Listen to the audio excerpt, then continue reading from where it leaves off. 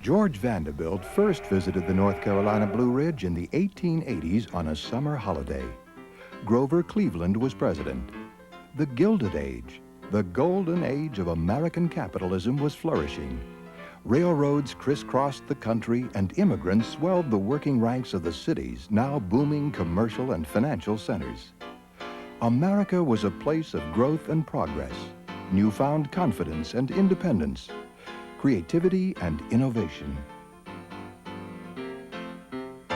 Grandson of industrialist Commodore Cornelius Vanderbilt, George Vanderbilt began to create during that first North Carolina trip a place unlike any other in the world, Biltmore Estate.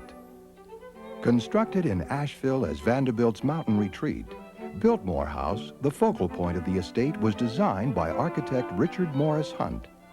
Letters between Vanderbilt and Hunt suggest the plans for the 250-room French Renaissance chateau required over 900 drawings, the exhaustive talents of nearly 1,000 craftsmen and workers, and the immense physical task of building this architectural monument to a man and his age. The letters also demonstrate Vanderbilt's and Hunt's great love of detail. The two men traveled throughout Europe, visiting the great chateaus of the French Loire Valley and collecting the art and antiques and ideas for what would become the largest private residence in America, Biltmore House. After the plans were drawn, construction of the house took 5 years, from 1890 to 1895. Vanderbilt and Hunt ordered tons of Indiana limestone imported to North Carolina, brought into the site by a specially constructed rail spur. The spur was later removed, making room for the genius of landscape architect Frederick Law Olmsted, who had also designed New York's Central Park. Olmsted's work at Biltmore Estate was his last and largest project. He transformed Vanderbilt's 125,000 acres into formal English walled gardens, spring gardens, Italian gardens, glens, winding roads, deer parks, fields, and woodlands.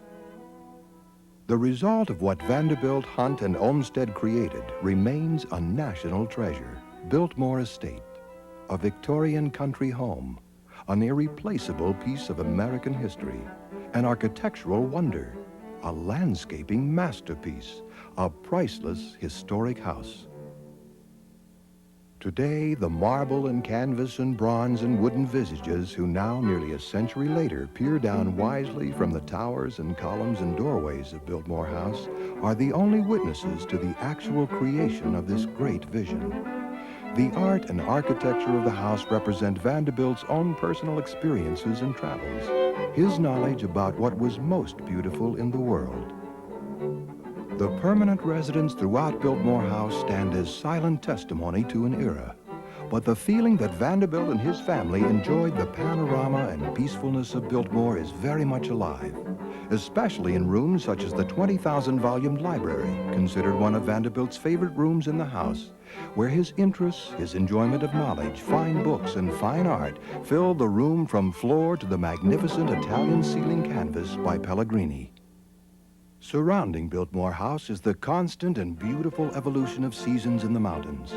Vanderbilt and Olmsted planned 40 acres of formal gardens on the estate, an extensive greenhouse and conservatory, lagoon, ponds, and hilltop reposes.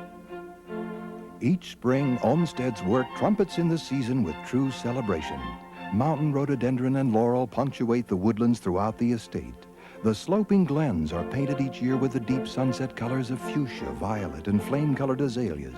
The path from the rose garden to the shaded bass pond is one of the best places in the world for an inviting, fragrant stroll.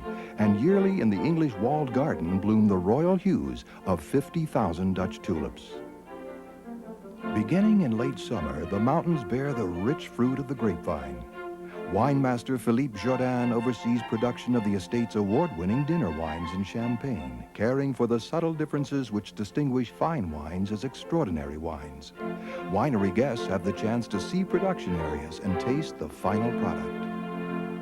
In 1895, Vanderbilt first opened Biltmore House on Christmas Eve. Today, that Victorian Christmas is recreated with 200 poinsettias in the winter garden, holiday music filling the candlelit rooms, the hanging of glass ornaments on a 40-foot fir in the great banquet hall, the warmth of lit fireplaces, the spice of cinnamon and evergreen. Biltmore Estate is a place to disrupt time, make it stop, suspend it for a day, to savor the slow and lovely progression of the seasons as George Vanderbilt must have nearly a century ago, to enjoy the wealth of artistic, architectural, and natural beauty and knowledge which went into the making of the place. Just as Vanderbilt hoped, Biltmore Estate is still a place of reprieve, of reflection, of rejuvenation, of renaissance.